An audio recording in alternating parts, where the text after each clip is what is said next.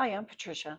I'm creating these videos to share my experiences in being a legal guardian for an elderly relative with dementia.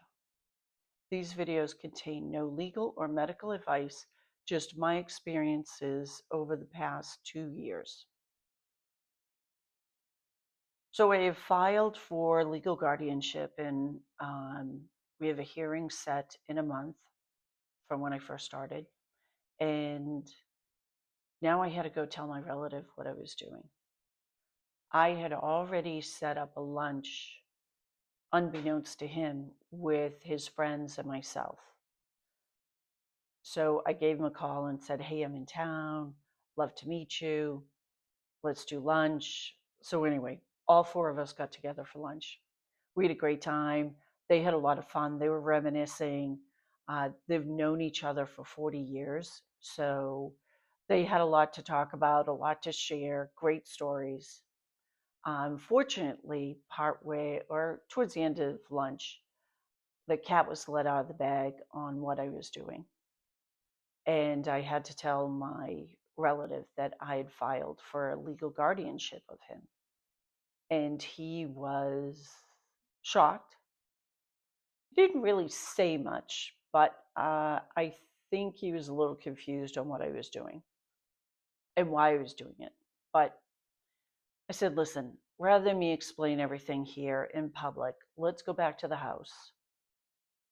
We'll sit in the living room, we'll chit chat, and I'll tell you the whole reason and everything behind why I am doing this." So we go back to his house. We're all getting comfortable, and I just turn to him and I go, "I filed for legal guardianship because I received a call stating that you were being financially exploited by your power of attorney, and that they had unsuccessfully tried to deposit a large amount of money into their bank account. And I'm here to stop it because that's not right. If they want to do whatever investment, whatever they wanted with this money, they are going to have to figure out how to get it on their own. They cannot use your money." And he was like, "No, they're not doing anything bad. They're my friends. They're great people." And I'm like, "I'm sure they are. I'm sure they're great people. I'm sure they're great friends to you.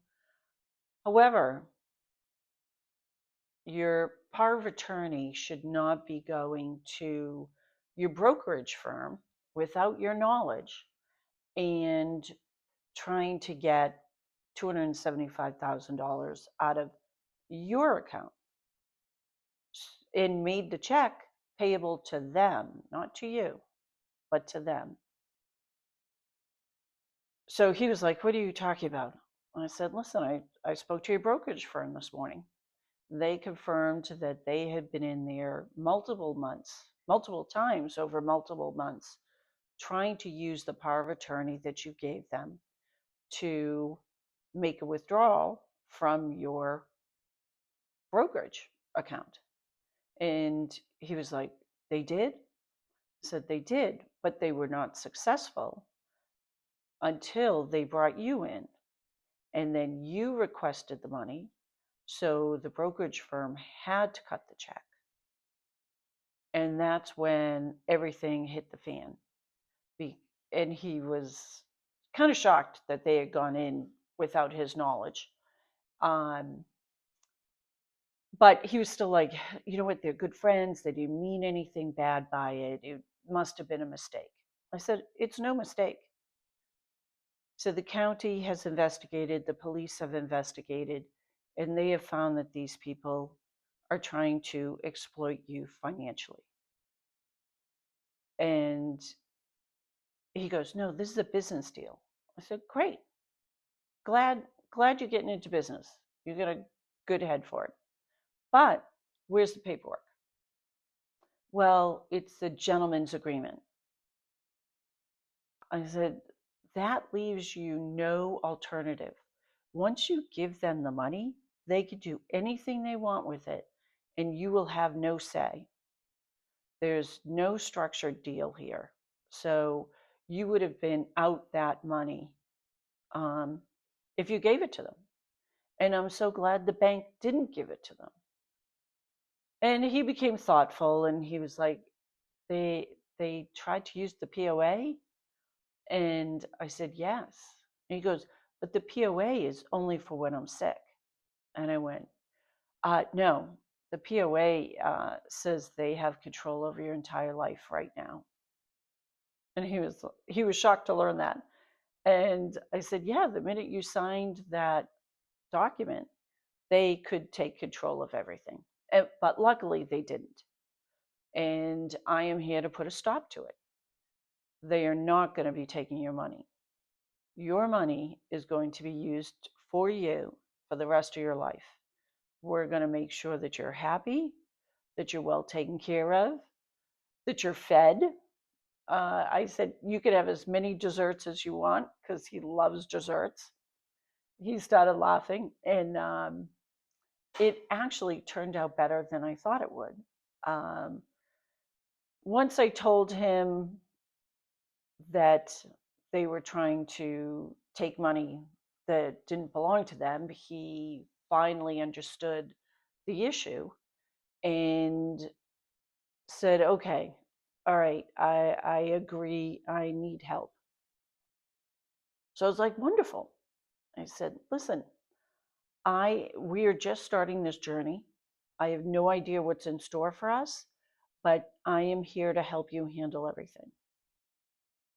At this point, I was exhausted. He was exhausted. It was a long day. A lot of documents had gone through. We'd gone over. I also found out that he had done a new will at the same time that he did this new power of attorney. And actually, it wasn't a new, it was the initial power of attorney. He had never had one before. So it was quite interesting. We were both, as I said, exhausted. I told him, you know what, I gotta go. I have to get some sleep before I get on a 6 a.m. flight to head back to my home so I can go to work. And he was like, oh, you have to go to work tomorrow? I'm like, yes, I do. I also said, you know, I'll be back this weekend. Not to worry. You're not alone. We will help you get through this. We'll figure it all out. But you can't give money to anyone else. And he was like, okay, all right, I won't. I said, I don't want you giving money to people. I don't want you to take any subscriptions. And he started laughing. I said, just don't give out any personal information until I get here on Saturday. He was like, all right. So it actually turned out better than I thought it was going to be. We had a very nice chat. He is a good, kind person. He's just, you know, he's very honest. And if you tell him, you know, we're going to make money on this deal or any deal, he will be like, oh, that's great, I'm in. And he will totally trust you, which is, you know, a double-edged sword. It's so sweet that he is like that, but it also leaves him open to manipulation, which is what happened. And, you know, luckily I was here to stop it. So, or a couple of things I've learned in this is one, keep track of elderly relatives and see what the heck they're actually up to. Two, be careful. I'm going to be very careful about any power of attorney that I sign. And three, make sure that my family has phone numbers to all of my friends, so that, and my brokerage and all of those. So if, in case things go sour, they can contact people. So that's it for today. I hope you enjoyed this video. And if you like it, please hit like and subscribe. Thanks.